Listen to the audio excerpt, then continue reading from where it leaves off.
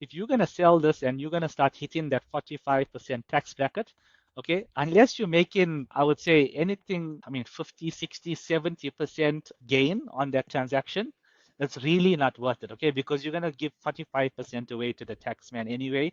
You're going to probably be left with 10 or 20%, okay? And something I wanted to clear up as well is, again, be careful who you listen to on YouTube because not everybody are experts and maybe they don't understand it well. But with crypto, and again, I'm talking, I know from a South African perspective, but I think this applies to most countries, the States as well. If you have your money on the or your crypto on the exchanges and you sell it, okay, you are liable for tax at that point of selling.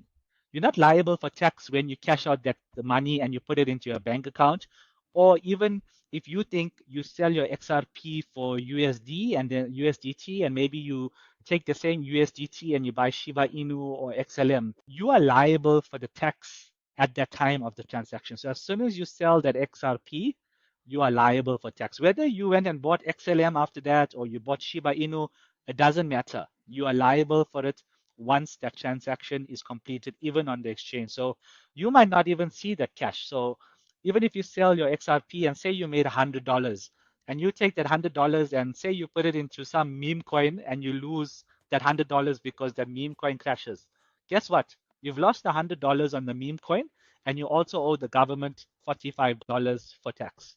Okay, so that's not going to look pretty. So just remember that, guys, when you're buying and selling, that remember the tax implications. And I know in the States there's some good news about them possibly reducing taxes or taking away taxes for transactions under $300. As I said, keep that at the back of your mind. If you're not going to be being profitable with that trade, you might be selling yourself short by doing these trades.